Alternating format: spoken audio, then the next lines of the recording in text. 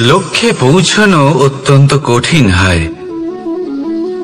কেউ ভাবেন যে কেন এত কঠিন হয়, কেন এত কষ্ট করতে হয় লক্ষ্যে পৌঁছানোর জন্য।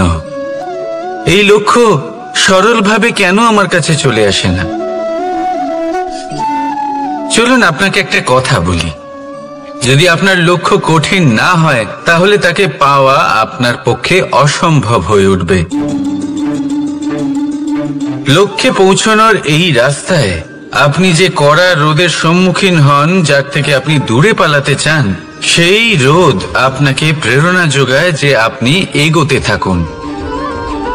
ভাবুন একজন যাত্রী যে কিনা নিজের লক্ষ্যের দিকে যাচ্ছেন, সেই পথে উনি যদি একটু ছায়া পেয়ে যান আর উনি ওখানে বিশ্রাম নেন, তাহলে তার সাথে তার ভাগ্য গভীর নিদ্রায় সেখানে বিলীন হয়ে যায়।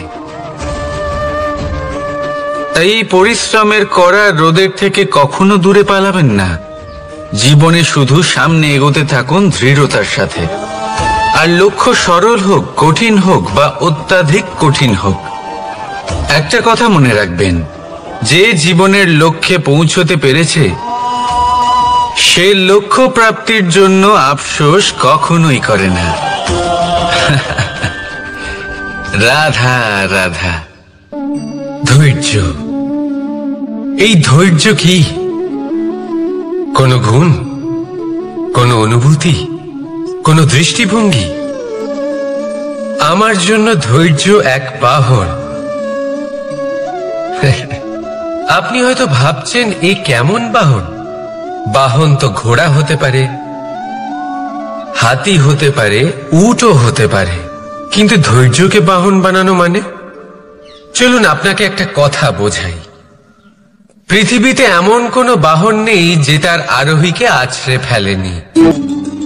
সেটা উট হোক বা হাতি হোক বা ঘোড়া হোক, চলতে চলতে কখনো নড়বড় করেই বসে। তারপর সেই আরোহী পড়ে কারোর পায়, তারপর পড়ে তার নিজের নজরে। কিন্তু ধৈর্যরূপী বাহন কখনো কাউকে ফেলে না, কখনো না। না সেই আরোহী কারোর পায়ে পড়ে আর না তো নিজের নজরে। কারণ ধৈর্য আপনাকে বিবেক প্রদান করে, বিবেক আপনাকে পরিকল্পনায় সাহায্য করে, আর পরিকল্পনা প্রদান করে আপনাকে শক্তি, আপনার লক্ষ্যের দিকে অগ্রসর হওয়ার। বুঝলেন? ধৈর্যকে সঙ্গে রাখুন, নিজেকে আরো ধৈর্যশীল করে তুলুন। এই ধৈর্যের সাহায্যে আরোহণ করে দেখুন কিভাবে এই বাহন আপনাকে আপনার গন্তব্যে পৌঁছে দেবে। রাধা রাধা। সংসারে এমন একটা ভ্রান্ত ধারণা রয়েছে যে সবকিছু ভাগ্যের দ্বারা পাওয়া যায়, কিন্তু ভাগ্য, প্রারব্ধ এ তো সকলের জন্যই সমান হয়। এটা তো ব্যক্তির উপরে নির্ভরশীল হয়, তার আকাঙ্ক্ষার উপরে নির্ভরশীল হয়, বাসনার উপরে নির্ভরশীল হয়, স্বভাবের উপরে নির্ভরশীল হয় যে উনি সেটা নিয়ে কি করেন। দেখুন, এই প্রসাদ কিন্তু সকলকেই দেওয়া হয়, কিন্তু তা গ্রহণ করবেন কিভাবে সেটা ব্যক্তির উপরে নির্ভর করে। আপনাকে এক উদাহরণ দিই। যেমন ধরুন, দুজন মানুষকে আমি একটা করে মাটির ডেলা দিলাম, সেটা নিয়ে তারা কি করবেন? একজন মানুষ তার ছোট ছোট ডেলা বানাবেন আর পথযাত্রীদের ওপরে ছুঁড়ে মারবেন, হাসি ঠাট্টা করবেন, তাদের বস্ত্র নোংরা করে দেবেন, সেটাতেই উনি আনন্দ পাবেন। অন্যদিকে দ্বিতীয় ব্যক্তি সেই মাটির ডেলা দিয়েই নিজের জন্য একটা কুঁড়ে ঘর বানাবেন। সেই কুঁড়ে ঘর যা রোদেতে, বৃষ্টিতে, ঝড়ে তাকে সুরক্ষিত রাখবে। অনুভূতি, এই অনুভূতি বদলাতে শিখুন। এই অনুভূতি অত্যন্ত গুরুত্বপূর্ণ।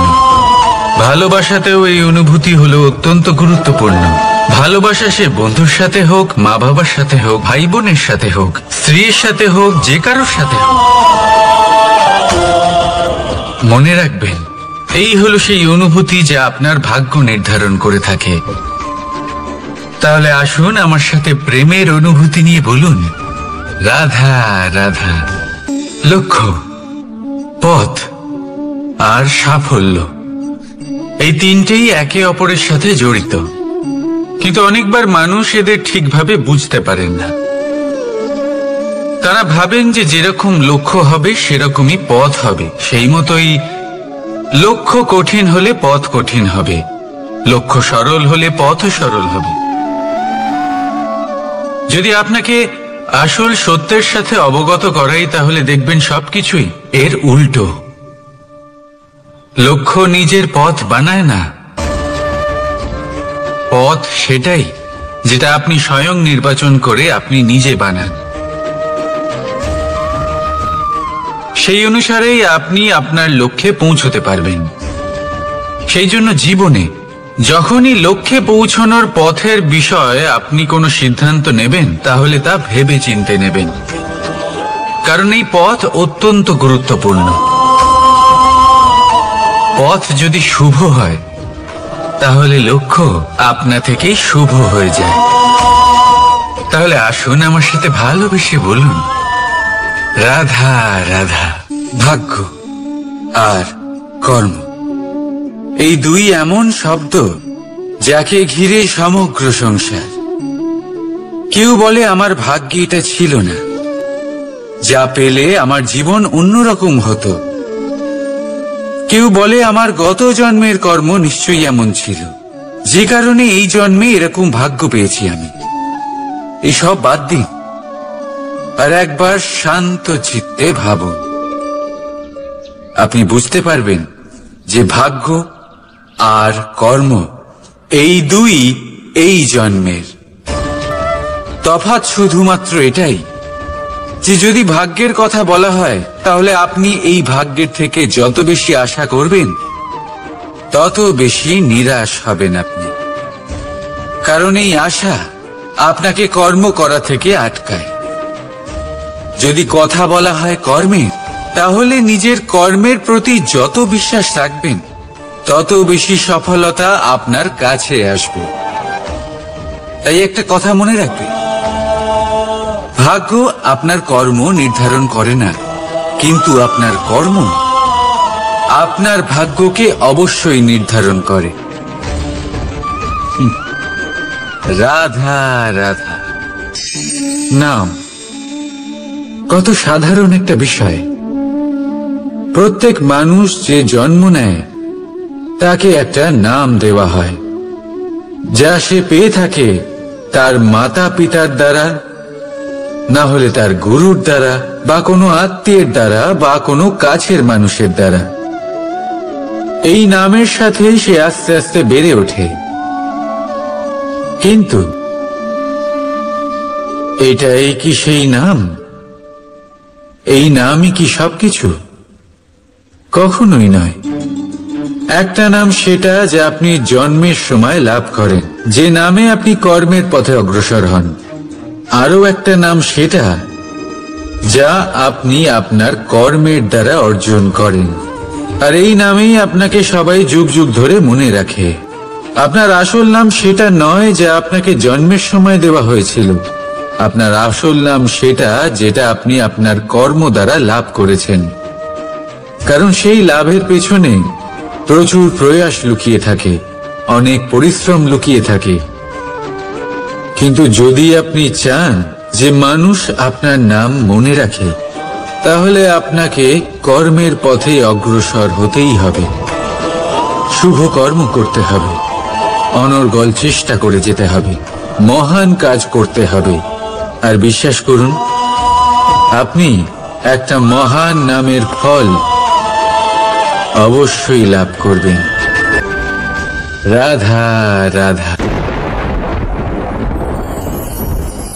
আমি এখানে একা এই বনে বসে আছি, বাঁশি বাজাচ্ছি। কার জন্য? কে আছেন এখানে? কেউ নেই। আমার প্রজা, আমার রাজ্য, আমার পরিবার আমার থেকে অনেক দূরে আছেন। আমি এখানে একা এই বনে বসে এই আকাশের এই রঙের, গাছের এই সব ফলের, মাটির সুবাসের আনন্দ উপভোগ করছি। কেন? আমি হলাম দ্বারকাধীশ। এমন কি রাজকীয় বা ভৌতিক সুখ রয়েছে যে আমি ওখানে পেতে পারি না? সবকিছুই পেতে পারি, তাও এখানে বনে একা বসে আছি। কোন সুখ খুঁজে চলেছি? একা থাকার সুখ। আমরা প্রত্যেকদিন অনেক মানুষের সাথে, চিন্তাধারার সাথে, কর্মের সাথে, পরিস্থিতির সাথে, সুখ দুঃখের দ্বারা বেষ্টিত থাকি। জীবনের এই চক্রে আমরা জড়িয়ে পড়তে থাকি। যতই আমরা এই সমস্যার সমাধান করি, আমরা ততই এতে জড়িয়ে পড়ি। আমরা এতটাই জড়িয়ে পড়ি যে যখন আমরা আয়নায় নিজেদের দেখি, তখন আমরা নিজেদের চিনতেই পারি না। এমন মনে হয় যেন আমরা নিজেদের হারিয়ে ফেলেছি। সেই জন্য প্রত্যেক দিন আপনি কিছু সময় নিজের সাথে কাটান একান্তে। এটা অত্যন্ত আবশ্যক। নিজের অস্তিত্বের গভীরে গিয়ে দেখতে শিখুন, নিজেকে বুঝুন। অদ্ভুত শান্তির অনুভূতি হবে। যেমন এই বায়ু, এই বৃক্ষ, এই পুষ্প, এই নিসর্গ, এদের মতো আপনিও কখনো একলা হতে শিখুন। কখনো নিসর্গের একটা অংশ হয়ে দেখুন। এই মন প্রসন্ন হয়ে বলবে, রাধা। একবার একটা শেয়াল বনে বিচরণ করছিল। ও একটা ছোট্ট শাবক দেখতে পেল। ও ভাবলো, আজ একেই আমি খাবার হিসেবে গ্রহণ করব। আশেপাশে দেখলো, কেউ দেখছে না তো? কেউ ছিল না। আর সেই শাবকের ওপর আক্রমণ করলো, যা হলো একটা ঘোর অপরাধ। বনের নিয়ম অনুসারে আপনি কখনোই শাবকের ওপর আক্রমণ করতে পারেন না। তারপর এই খবরটা যখন রাজা সিংহ জানতে পারলেন, সভার আয়োজন করলেন। কিন্তু সেখানে শেয়াল বলল, আমি তো এরকম কিছু করিনি। কিন্তু যদি আপনি এরকম বলেন, কোনো প্রমাণ দিন, এর কোনো সাক্ষী আছে? তখন রাজা সিংহ পেঁচাকে ডেকে পাঠালেন, যে সেই মুহূর্তে বৃক্ষের শাখার ওপর বসেছিল। সে সব কিছু দেখেছিল। পেঁচা সব সত্যি কথা বলল, আর শেয়ালকে মৃত্যুদণ্ড দেয়া হলো। এবার এই কাহিনী আমি আপনাকে কেন শোনালাম? কারণ মানুষও কখনো কখনো এরকম কর্ম করেন যা শিয়াল করেছে। এটা ভাবেন, কেউ দেখছে না যখন, আমি অনুচিত কর্ম করতেই পারি। কিন্তু না, আপনি যাই করুন না কেন, কেউ না কেউ অবশ্যই তা দেখছে। কোনো ব্যক্তি না হলেও কোনো প্রাণী, না হলে কোনো যক্ষ বা দেব বা প্রেত। যদি এনারা কেউ না দেখেন, তাহলে ধরিত্রী মাতা দেখেন, যেখানে দাঁড়িয়ে আপনি সেই কর্ম করছেন, তাই না? তাই একটা কথা সবসময় মনে রাখবেন, কে দেখছেন কে দেখছেন না, সেই বিষয়ে ভাবা ছেড়ে দিন। এটা খুব সহজ কথা। আপনি যদি উচিত কর্ম করেন, উচিত ফল পাবেন। যদি অনুচিত কর্ম করেন, তাহলে আপনি অনুচিত ফল অবশ্যই পাবেন। সেই জন্য উচিত পথে চলতে থাকুন, উচিত কর্ম করতে থাকুন, আর আমার সাথে ভালোবেসে বলুন, রাধা রাধা। বাহ! পুষ্পের সুবাস আমার খুব ভালো লাগে। অত্যন্ত সুন্দর হয় এই পুষ্প। এইভাবে চারিদিকে পুষ্প দেখে মন আনন্দিত হয়ে ওঠে। এবার আপনারা ভেবে দেখুন, আমার চারিদিকে পুষ্প নয়, আগুন আছে। তাহলে কি হবে? আমার শরীর কি জ্বলে যাবে না? অবশ্যই জ্বলবে। শরীরকে কি আগুনের তাপ সহ্য করতে হবে না? অবশ্যই সহ্য করতে হবে। এটাই হলো প্রকৃতির নিয়ম। এই নিয়ম কিন্তু আমরা সবাই জানি, কিন্তু আমাদের মধ্যে বেশিরভাগ মানুষ এই বিভ্রান্তি নিয়ে বাঁচি যে এই যে প্রকৃতির নিয়ম, তা আমার ওপর প্রযোজ্য নয়। তা কিন্তু নয়। আমাদের চতুর্দিকে এই যে নিসর্গ রয়েছে, আমরা তার কতটা ক্ষতি করি সেটা একবার ভেবে দেখুন। আমরা বনাঞ্চল জ্বালিয়ে দিই, বায়ু দূষিত করি, জল দূষিত করি, প্রাণীদের হত্যা আমরা করি। কেন? এই নিসর্গ আমরা নষ্ট করি, যদিও আমরা জানি যে আমরাও হলাম এই নিসর্গেরই অংশ। এবার দেখুন, শরীরের কোনো অংশে যদি আগুন ধরান, আস্তে আস্তে সমস্ত শরীরও জ্বলে যাবে। সেইভাবেই নিসর্গ যদি নষ্ট হয়ে যায়, তাহলে মনুষ্য জাতিও নষ্ট হয়ে যাবে। তাই এই যে নিসর্গ আপনি দেখছেন, এই পুষ্প, এই বৃক্ষ, বায়ু, জল, এদের সকলকে রক্ষা করুন, নষ্ট নয়। মনে রাখবেন, যদি নিসর্গ থাকে মানুষ থাকবে, যদি নিসর্গ থাকে তাহলেই জীবন থাকবে। আসুন আমার সাথে ভালোবেসে বলুন, রাধা রাধা। কারই না পছন্দ বলুন তো? অত্যন্ত সুস্বাদু হয় এই মধু, মিষ্টি খেতে হয় এবং তা শক্তিও প্রদান করে, এবং প্রত্যেকটি মিষ্টি পদার্থের মতোই এতেও খুব তাড়াতাড়ি পিঁপড়ে ধরে যায়। অন্যদিকে যদি নুনকে দেখি, তাহলে বছরের পর বছর রাখলেও এতে পিঁপড়ে ধরে না। এবার যদি কথা বলি বন্ধুত্বের, তাহলে বন্ধুত্ব নুনের মতো হওয়া উচিত, মধুর মতো নয়। যারা সামনে এলে শুধুমাত্র মধুর মধুর কথা বলবে, পরে এতে পিঁপড়ে ধরে যাবে, এটা নুনের মতো হওয়া উচিত। প্রকৃত বন্ধু হলো সে যে সময় এলে পরে আপনার সামনে আপনার প্রকৃত সত্য তুলে ধরবে, তা সে যতই কঠিন হোক না কেন। আপনার দোষ, আপনার অপগুণ, আপনার খামতি আপনাকে বলতে পারবে, যাতে আপনি সেগুলো শুনে মেনে নিয়ে তারপর নিজেকে শুধরোতে পারেন। এটাই হলো প্রকৃত বন্ধুত্ব।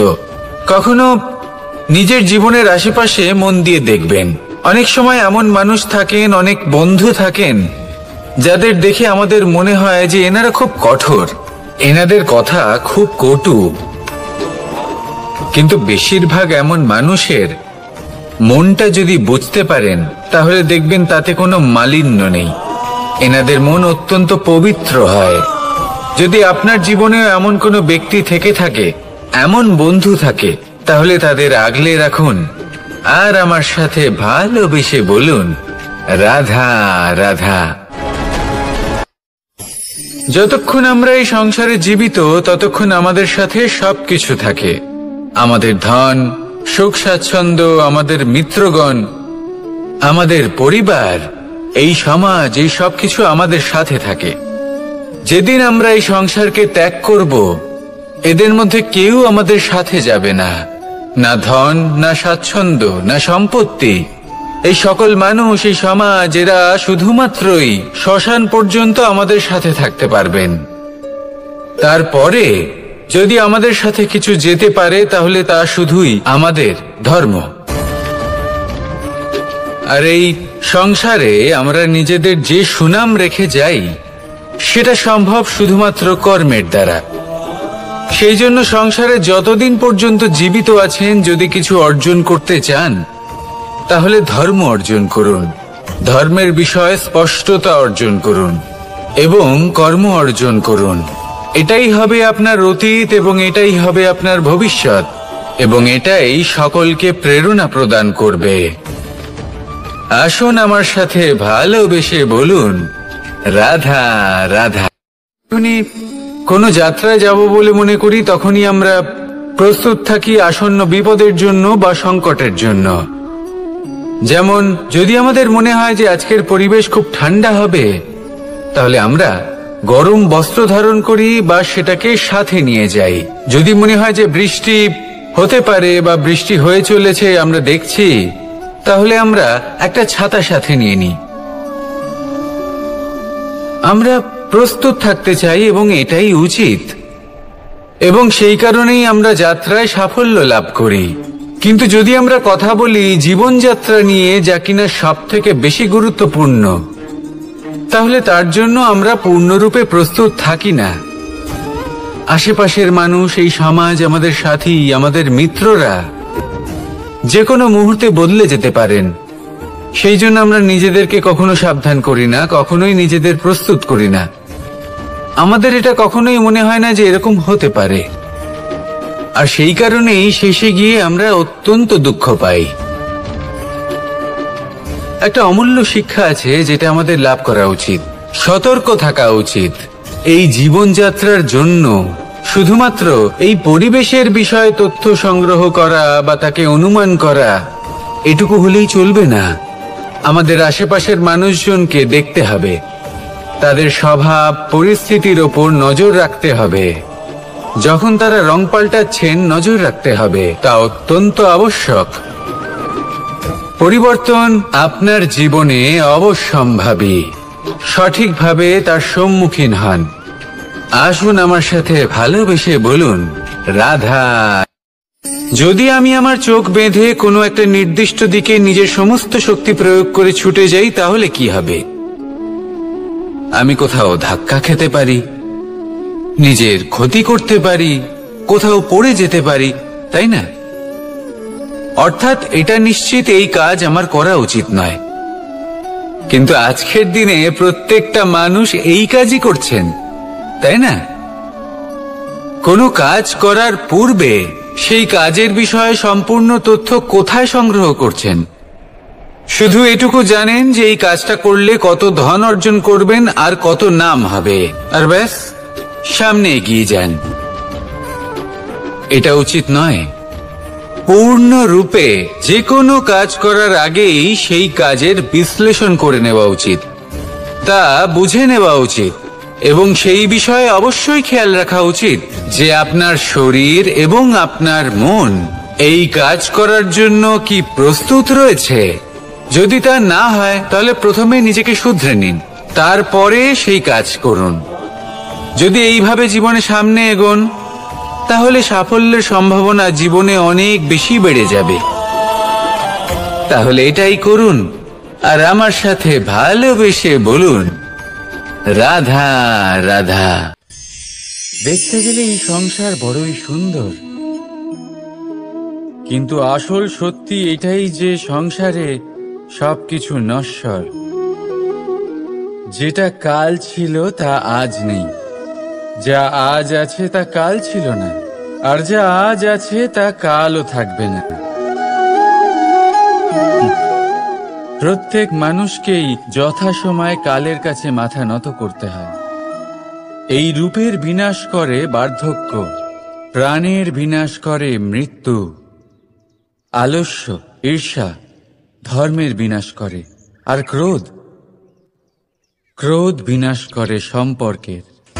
কিন্তু এরকম একটা অনুভূতি আছে যা একাই সমস্ত গুণ বিনাশ করতে সক্ষম হয়, আর সেটা হলো অহংকার। তাই জ্ঞানকে নিজের কাছে আসতে দিন, কিন্তু অহংকারকে কখনোই নয়। কারণ যদি এই অহংকার আপনার কাছে চলে আসে, তাহলে জীবনে যা কিছু আপনি অর্জন করেছেন, তা সে গুণ হোক বা হোক ধন, সে বন্ধু হোক বা হোক আনন্দ,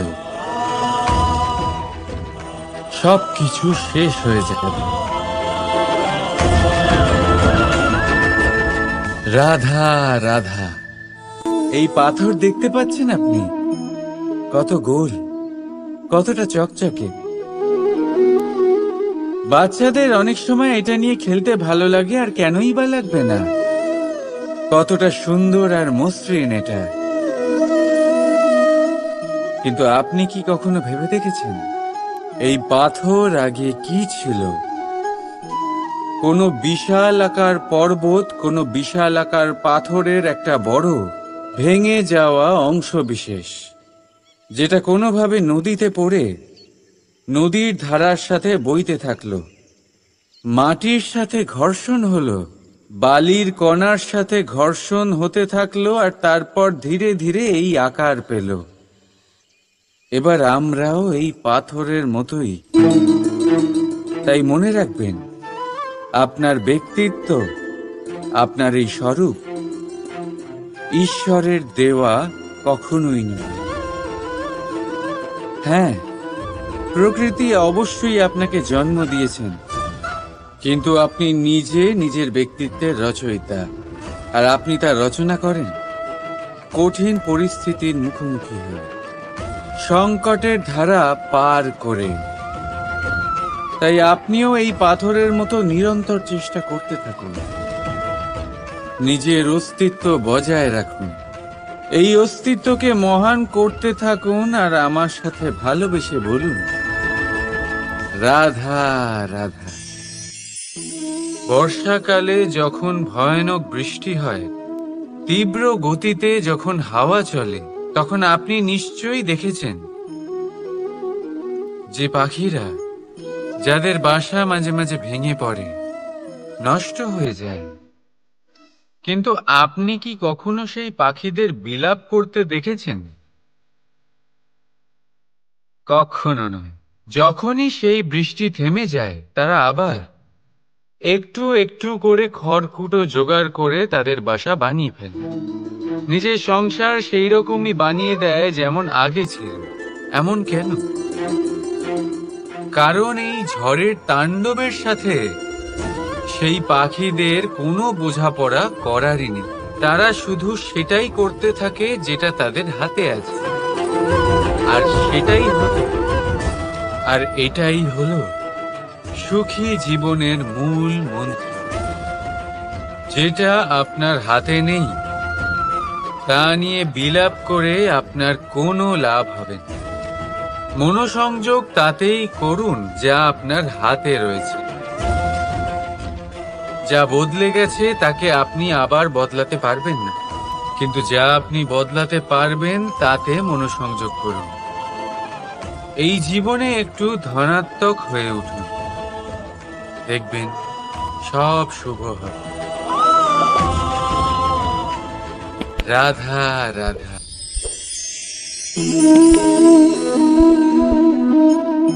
ছোটবেলায় একটা জিনিস আমি কখনো বুঝে উঠতে পারিনি। আমি সবসময় আশ্চর্য হয়ে থাকতাম যে এটা কি করে সম্ভব হতে পারে। ব্যাপারটা ছিল এরকম, আমি আমাদের গোয়াল ঘরে দেখতাম ভিন্ন ভিন্ন রং রূপের গাভী। কারোর রং কালো তো কারোর রং সাদা, কেউ খয়েরি তো কারোর রং বাদামি। এবার আমি দেখতাম কারোর কারোর শিং বড় তো কারোর এত ছোট যে দেখাই যায় না। কোনো গাভী আকারে ছোট ছিল তো কেউ একটু বড়। কিন্তু যখন সেই সব গাভী দুধ দিত, তখন আমি দেখতাম সেই সব দুধ সমান, রং সমান, স্বাদ সমান, গুণও সমান, আর সমান পুষ্টিও। এবার আমি এটা বুঝতে পারতাম না। আমার দৃষ্টিতে তো সমস্ত গাভী আলাদা আলাদা ছিল। আমি ভাবলাম আমি মাকে জিজ্ঞেস করি। মাকে জিজ্ঞেস করলাম। মা আমাকে বললেন, কানাই, রং রূপ পাল্টালেও গাভীদের বাস্তবিকতা তো পাল্টায় না। গাভী তো গাভীই থাকবে। এবার আমি এটা বুঝতে পারি না যে মানুষ এটা আত্মসাৎ কেন করতে পারে না। দেখুন, রং, রূপ, জাত, ধর্ম, ভাষা, এই সবের উপরে হলো মনুষ্যত্ব। আর মনুষ্যত্বের একটাই ধর্ম, আর সেটা হলো প্রেম। তাই এই প্রেম আপনি সকলের সাথে ভাগ করে নিন। প্রেমের সাথে সকলের সেবা করুন। এই মনুষ্যত্বর অমৃত চেখে দেখুন, আর আপনি বুঝে যাবেন যে আমরা কেউ আলাদা আলাদা নই। আমরা সবাই সমান। রাধা রাধা। সাগর, কত বিশাল হয় এই সাগর! কি না করতে পারে এই সাগর! এক মুহূর্তের মধ্যে সব ধ্বংস করে দিতে পারে, প্রলয় ডেকে আনতে পারে, সংসার মুছে ফেলতে পারে। এই সাগর জীবন জ্যোতি নিভিয়ে দিতে পারে। কিন্তু এই সাগর যা মেটাতে পারে না, তা হলো একজন তৃষ্ণার্তের তৃষ্ণা।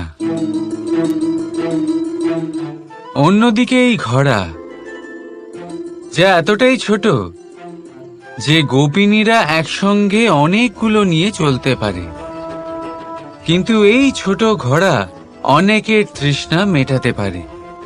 এবার বলুন, জল সাগরেও আছে, আবার এই ঘড়াতেও। তাহলে পার্থক্য কোথায়? এখানে পার্থক্য হলো তাদের আচরণের মধ্যে।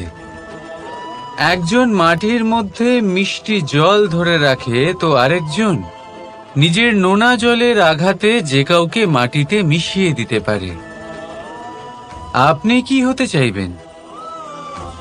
সাগরের নোনা জল হয়ে কারোর আশা চূর্ণ বিচূর্ণ করে দিতে, নাকি মিষ্টি জলের ঘড়া হয়ে কারোর তৃষ্ণা মেটাতে? সিদ্ধান্ত আপনার। রাধা রাধা। কতবার এমন হয়, আপনি কোনো কাজ করার জন্য কাউকে দায়িত্ব দেন, কিন্তু সেই ব্যক্তি সেই কাজ সম্পন্ন করতে পারে না, অসম্পূর্ণ রেখে দেয়, অথবা ঠিকভাবে করতে পারে না। এবার এই পরিস্থিতিতে কি হয়? আপনি ক্রুদ্ধ হয়ে যান, তার উপরে আপনি রেগে যান, তাকে তিরস্কার করেন, আর তারপরে সেই কাজ সম্পন্ন করতে আপনি নিজেকেই নিযুক্ত করেন, আর শেষ পর্যন্ত সেই কাজ সম্পন্ন হয়েই যায়। এবার এই বিষয়ে সমস্যা সেই ব্যক্তির চেষ্টায় নয়, সমস্যা আপনি যে সেই ব্যক্তিকে ভরসা করলেন তার ছিল। আমরা অন্যের প্রতি ভরসা করাকে প্রথম পদক্ষেপ বানিয়ে দিই, আর নিজের উপরে বিশ্বাসকে শেষ সম্বল। কিন্তু তার বদলে এটাই হওয়া উচিত যে নিজের উপরে ভরসাকে আমরা প্রথম পদক্ষেপ বানাই, তাকে নিজের সহায় মানতে হবে। যদি আপনি এমন করেন, তাহলে পরিণাম আরো সুখকর, আরো আনন্দদায়ক হবে। তাই মনে রাখবেন, এই সংসারে আপনার সবথেকে বড় ভরসা আর কেউ নেই। এই সংসারে আপনার সবথেকে বড় রক্ষাকর্তা আর কেউ নেই, বরং আপনি নিজেই। রাধা রাধা। আসুন আপনাকে একটা প্রশ্ন করছি, সোনা আর লোহার মধ্যে তফাৎ কি? এবার বেশিরভাগ লোকের উত্তর এটাই হবে যে সোনা বহুমূল্য, সোনার মূল্য লোহার থেকে অনেক বেশি। এটা ঠিক, কিন্তু আমাদের এটা ভোলা ঠিক হবে না যে সোনা আমাদের সাজগোজের কাজে লাগে, আমাদের আরো বেশি সুন্দর দেখায়। অন্যদিকে লোহা সেই সৈনিকদের ঢাল ও তলোয়ার হয়ে তাদের রক্ষা করে, যারা আমাদের প্রাণকে রক্ষা করেন। এই সৈনিক না থাকলে আমাদের প্রাণও থাকবে না। এবারে বলুন, সোনার মূল্য বেশি হওয়াতে কি লোহার মূল্য কমে যায়? কখনোই নয়।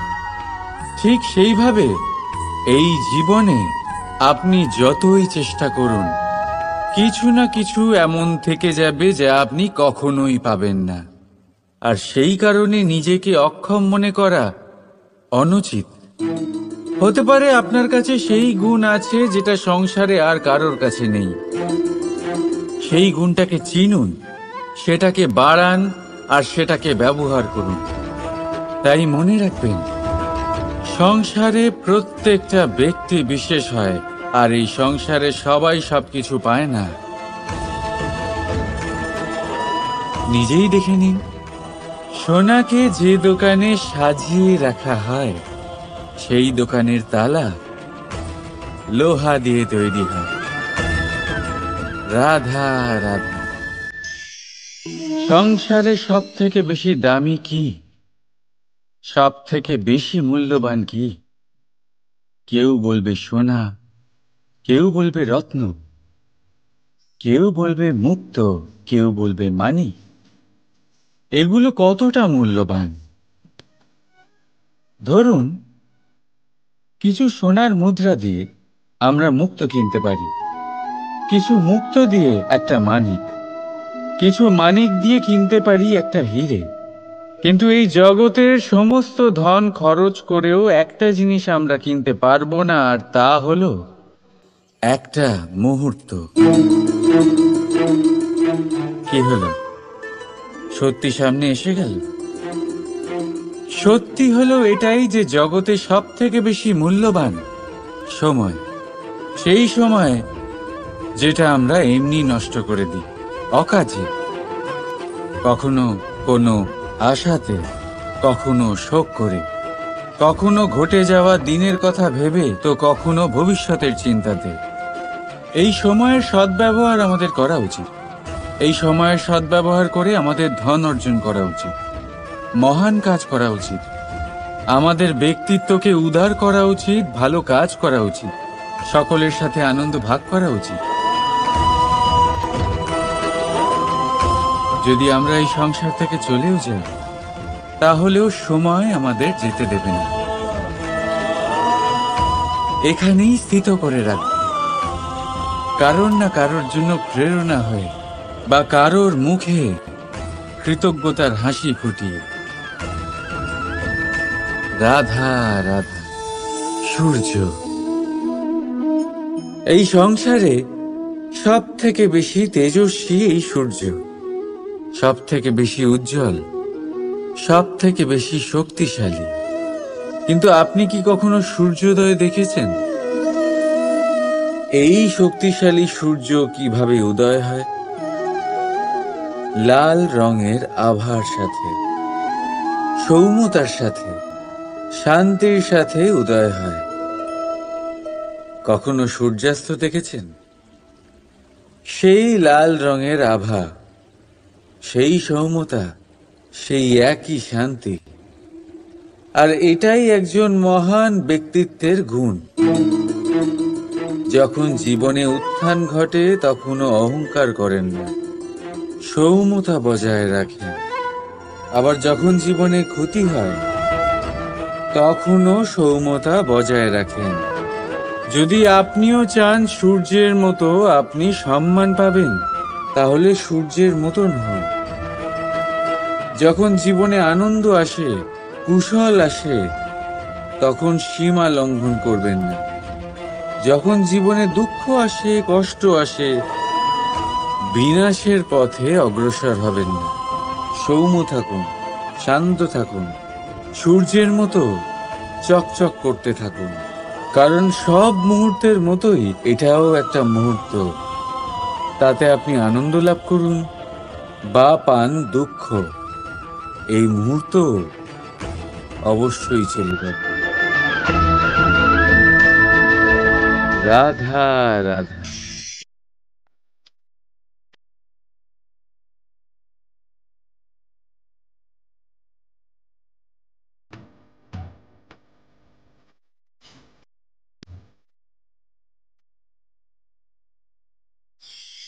আপনি ওই কথাটা নিশ্চয়ই শুনেছেন, যখন ভগবান একটা দরজা বন্ধ করেন তখন অন্যদিকে অনেক দরজা খুলে দেন। এবার এই দরজা, এই সমস্ত পথ আমরা দেখতে পাই না, অনেক সময় আমরা বুঝতে পারি না, হারিয়ে যায় সব। কখনো কখনো মনে হয় যে এই কথাটাই মিথ্যে, কিন্তু আসলে তা তো নয়। তাহলে হারিয়ে যায় কেন? কারণ আমরা সময় নষ্ট করি এই দরজার দিকে তাকিয়ে থেকে। ভাবি এই বুঝি দরজা খুলবে, এবার দরজা খুলবে। অপেক্ষা করতে করতে আমরা অনেক সময় নষ্ট করে ফেলি। এত সময় নষ্ট করি যে আমরা দেখতে পাই না, খুঁজে পাই না সেই সমস্ত দরজা আর পথ যা আমাদের জন্য খোলা রয়েছে। যদি খুঁজেই না পাই তাহলে তা ব্যবহার করব কি করে? মনে রাখুন, ভগবান সব সময় আমাদের সাথে রয়েছেন, আমাদের সাহায্য করছেন। এই পথ সব সময় আছে, সর্বত্র আছে। দরকার রয়েছে শুধুমাত্র দৃষ্টির, দৃষ্টিভঙ্গি এবং ভাবনার। এই দৃষ্টিকে বিস্তৃত করুন, এই দৃষ্টিভঙ্গিকে ধনাত্মক করে তুলুন, আর এই ভাবনা, এর সীমা একটু বাড়িয়ে তুলুন। তারপর দেখবেন সব খুঁজে পাবেন। আসলে কি, এই যে ঈশ্বর, এই যে পরমাত্মা, তা আমাদের সাথে রয়েছে, আমাদের মনের মধ্যে রয়েছে। যিনি তাকে মন থেকে চাইবেন তিনি তাকে মনের মধ্যে অবশ্যই খুঁজে পাবেন। যদি উনি মন থেকে চান পথ খুঁজে পেতে, তাহলে তিনি অবশ্যই পথ খুঁজে পাবেন।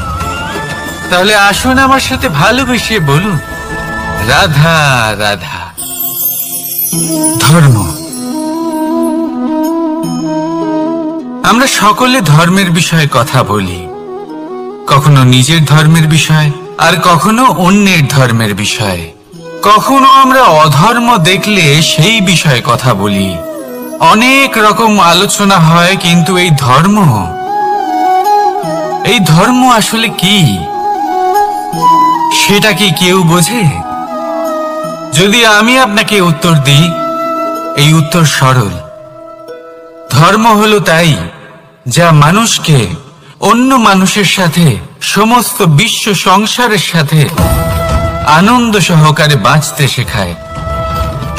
সেই জন্য আপনি যদি কখনো কোনো ধর্মীয় স্থানে যান, সেই ধর্মীয় স্থানে গিয়ে আপনার শান্তির অনুভূতি হয়, তাই না? কিন্তু দেখুন, ধর্মের জ্ঞান থাকলেই সেই মানুষ ধর্মের পথে চলতে পারবে এমন কোনো কথা নেই। অনেক সময় সম্পর্কে যখন সংঘর্ষ বেড়ে যায়, তখন ইচ্ছের জন্ম হয়, ক্রোধের জন্ম হয়, অহংকারের জন্ম হয়, আর তারপর বিনাশ হয়ে যায় এই ধর্মের। সেই জন্য দ্বিতীয় সব থেকে গুরুত্বপূর্ণ গুণ যা আমার সারথীর মধ্যে থাকা উচিত, তা হলো ধর্মবীর হওয়া। এবার দেখতে হবে সেটাই যে কে হবে সেই ব্যক্তি যিনি এই স্বয়ম্বরে নিজের ধর্মে অটল থাকবেন।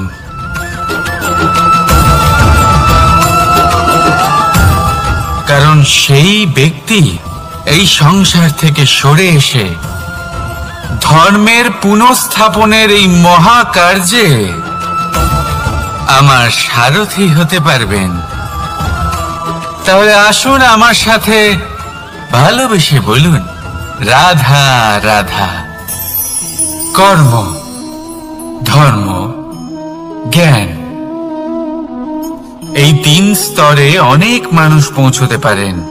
অনেকে এই পরীক্ষা দিয়ে তাতে উত্তীর্ণ হয়ে যেতে পারেন, কিন্তু শিখরে পৌঁছে শাসন তিনিই করতে পারেন যার কাছে এই চতুর্থ গুণটিও থাকে, সমর্পণ। অত্যন্ত গুরুত্বপূর্ণ একটা গুণ এটা। এই সমর্পণ আসলে অত্যন্ত গুরুত্বপূর্ণ।